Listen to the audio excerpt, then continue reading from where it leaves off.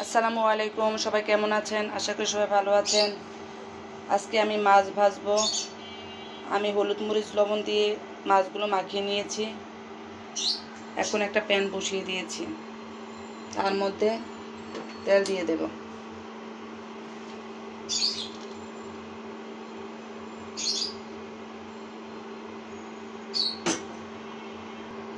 আমার তেল দেওয়া হয়েছে, তেলটা গরম হলে মাছগুলো দিয়ে দেব।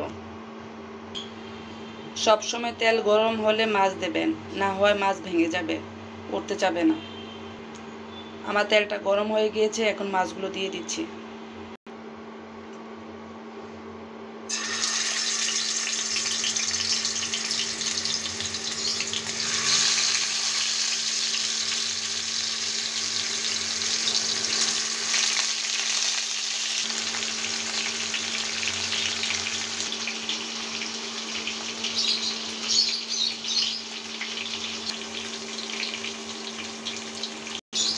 এখন আমি মাছগুলো উল্টিয়ে দেব।